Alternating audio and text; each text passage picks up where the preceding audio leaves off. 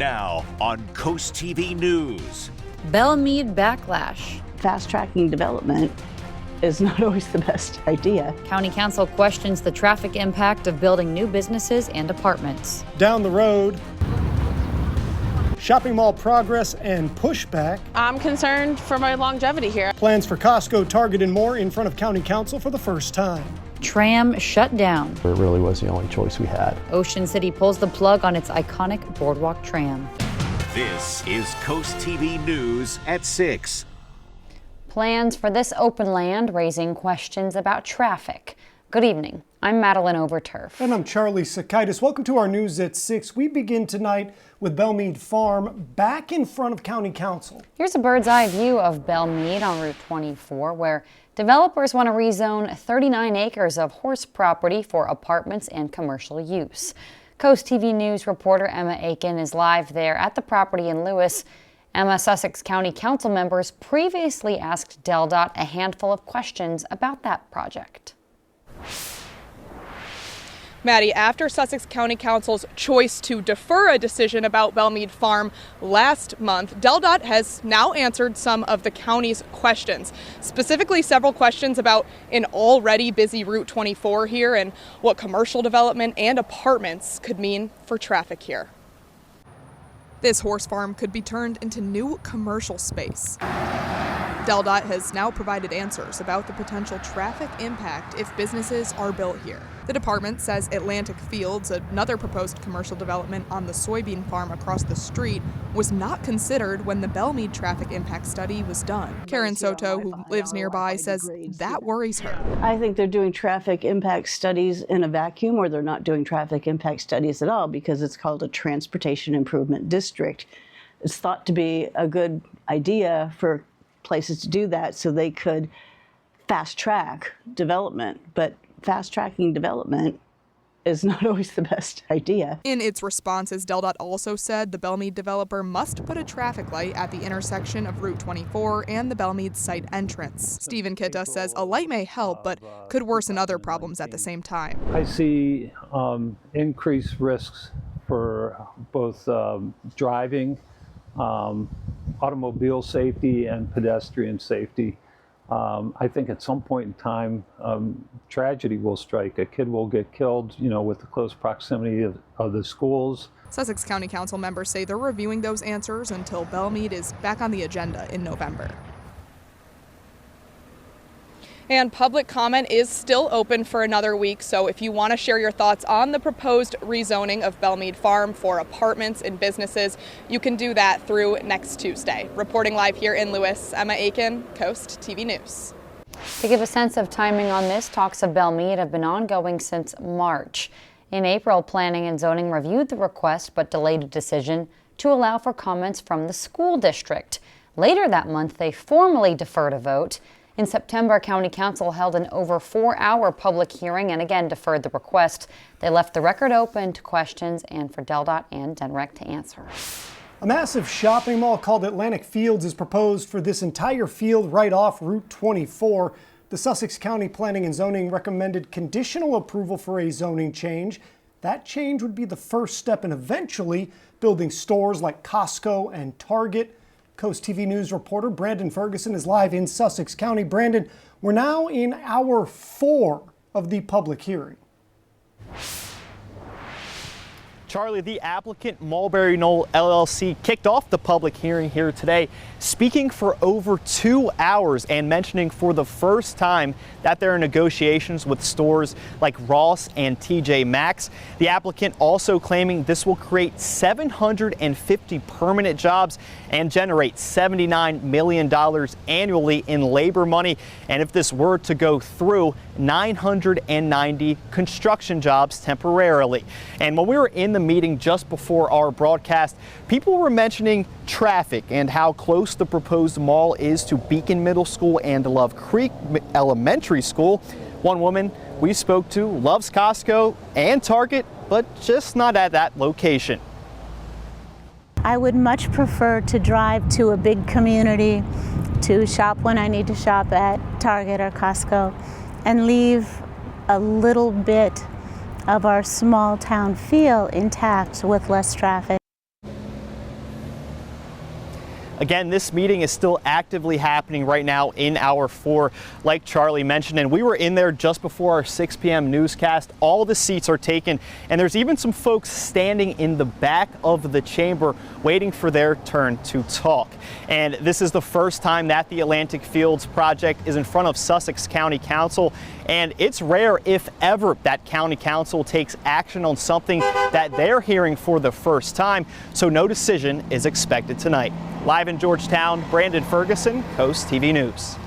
In August of last year, a 2-year-old boy was tragically hit and killed by a tram in Ocean City. Immediately after, those rides were suspended, and now we're learning more about why the town says they'll never bring the service back. Coast TV News reporter Kevin Zappé live in Ocean City. Kevin, you're at the tram station, but no trams there. Maddie, we're here at what was once the Ocean City tram station, where thousands of people would buy tickets, walk right here in line, and step inside the tram to enjoy a boardwalk ride up and down the boardwalk. But according to the Ocean City manager, the town made the difficult decision to end that attraction. Ocean City manager Terry McGeehan says an internal review and a consultant looked at operations before the town decided to end the iconic Ocean City tram for good. For decades, the tram ran up and down the more than 2-mile stretch of the boardwalk. And now longtime vacationer Joanne Russo and her friends have to walk instead of ride along the boardwalk to get around. There are people that like to go up and down the boardwalk and they can't do it. They can't walk that far. According to McGeehan, the town plans to look at possible alternatives that could replace the tram in the future. I'm Kevin Zappé, live in Ocean City, Coast TV News.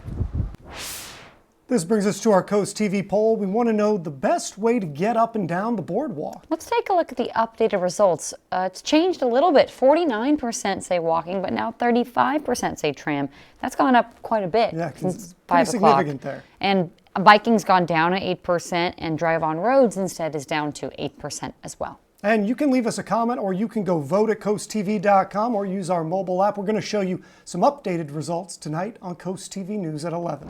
Ocean City says scooter crashes are surging, with accidents up more than 50% year over year. Along Coastal Highway, police and firefighters say riders are just ignoring basic traffic laws. Ocean City bans scooter rentals in town limits and says e-scooters, like bicycles, must follow the rules of the road. First responders also warn about riding at night without lights and not using helmets. Seen an increase in e-bike and e-scooter accidents. Many of them required fly out to the local trauma center because of head injuries.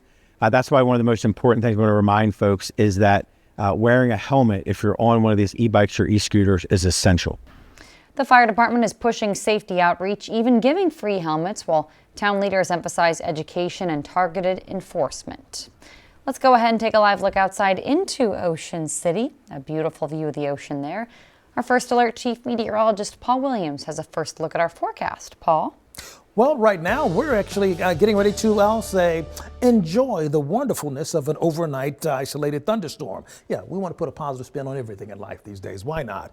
We're looking at Milford at 66 degrees, dew point temperature of 46. So we're not quite at that high level of moisture content in the atmosphere, but it is indeed going to climb throughout the night. We'll drop to 62 degrees with increasing cloud cover by the 10 o'clock hour. Now, we still have breezy conditions along the entire Delmarva Peninsula, along the coastal region, bracing for about 25-mile-per-hour winds. And then we're going to talk about that rain in our next segment.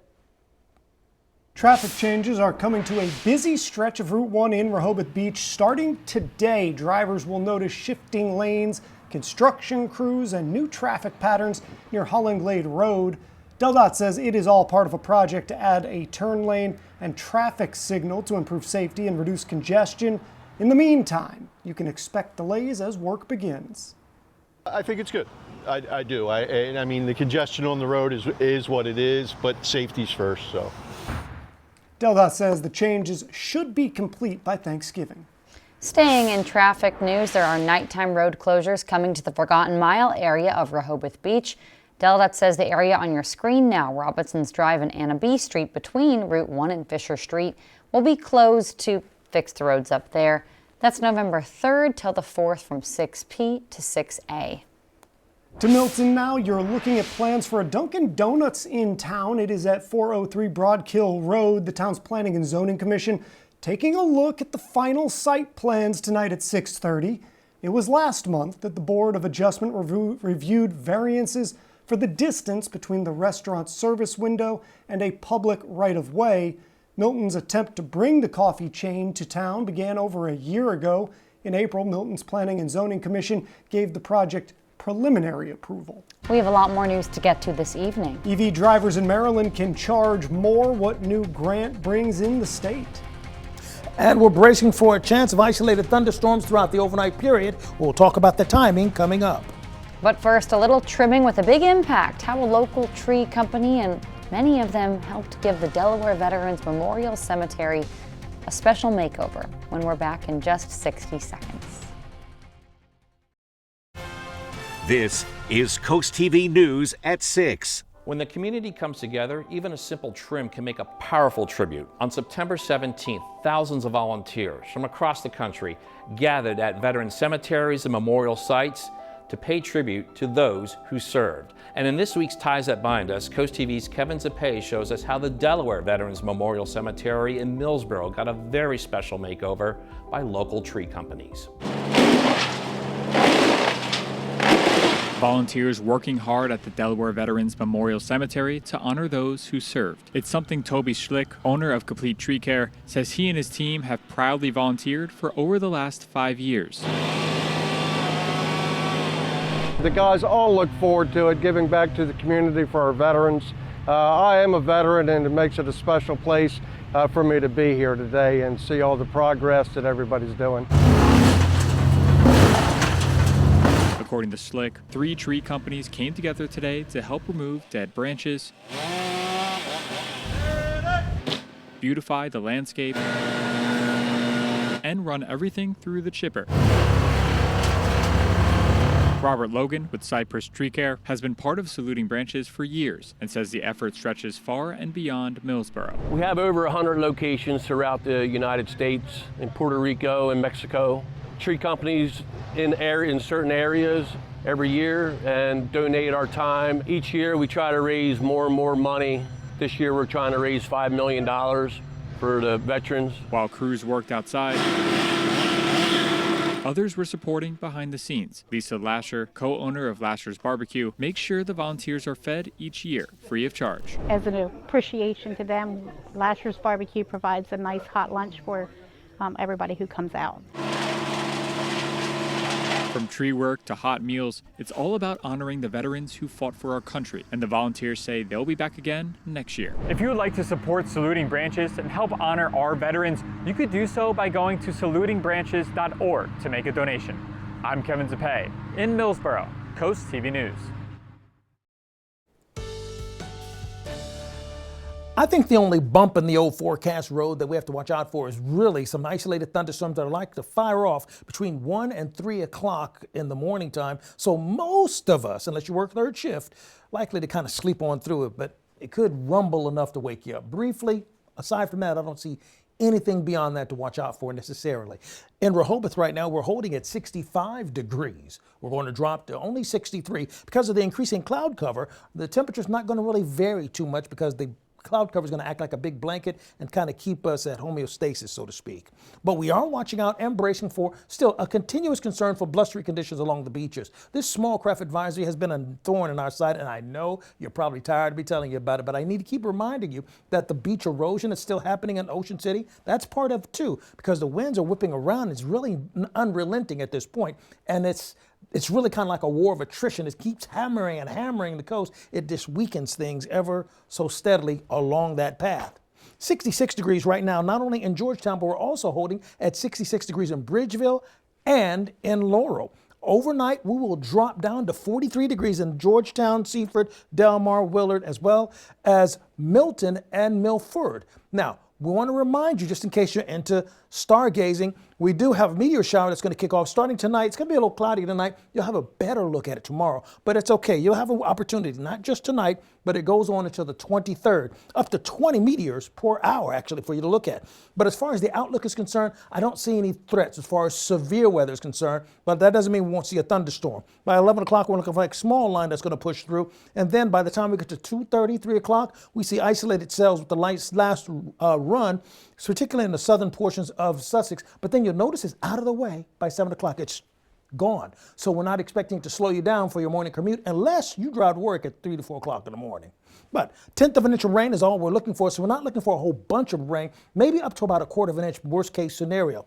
Now for Wednesday morning, we're in the 50s. We end up into the 60s for Wednesday afternoon. Thursday, we start off clear, 45, mid-40s, and then we bounce back into the 60s again. Now, there's a trend that's going to be happening over the next few days where we're going to be requiring us to use our items in our closet a little bit more. I call that sweater weather because Thursday night going into Friday and Friday night going into Saturday, we're going to drop to 40 degrees, and I'm only saying 40 degrees so nobody gets mad at me for saying 30 anything.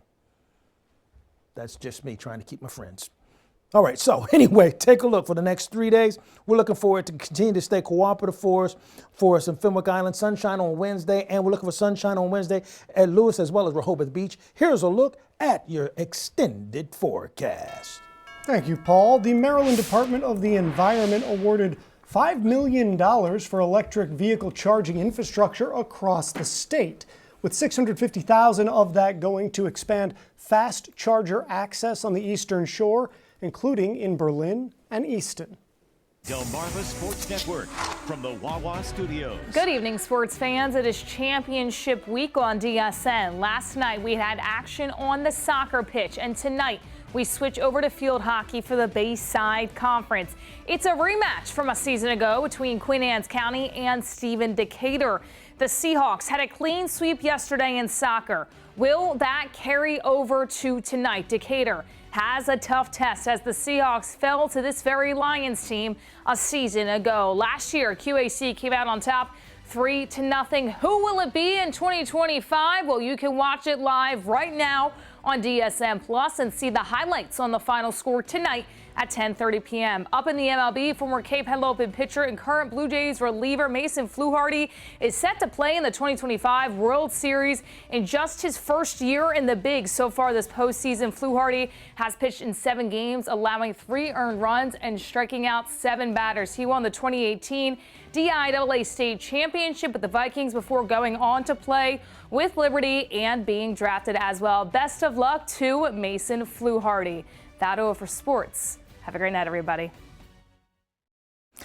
In Ocean City, the winds are still very active at 21 miles per hour, actually, and 65 degrees. We'll drop back to 64. Not much movement since the cloud cover is going to stay so much on the thick side. We still have very blustery conditions along all the beaches, bracing for 25 mile per hour winds, no matter where you're located. By the way, down towards Williamsburg, it's actually dry conditions down there, what the main concern is. Keep in mind that we are looking for temperatures to stay in the 60s for tomorrow. Melissa Neville of Ocean View, congratulations. You're our umbrella winner, courtesy of Paul Davis Restoration Home Remodeling. Keep up with your forecast by calling our weather line, 443-880-9100. Your forecast is just a call away, sponsored by the law offices of Bruckstead, Mandalis, and Federico. And here's a look at your exclusive 10-day forecast. By the way, don't forget, next Friday is Halloween. All right, thank you, Paul. I appreciate that. And it looks like we're going to have a pretty good forecast for Sea Witch. Good for Sea Witch. We'll be out there handing out candy, doing all the things, saying hi to everybody. And thank you guys for joining us here for Coast TV News at 6. For more news and local weather, including Halloween forecast, download our Coast TV News app. The NBC Nightly News, that's up next. And we'll see you later tonight for Coast TV News at 11. Have a great evening.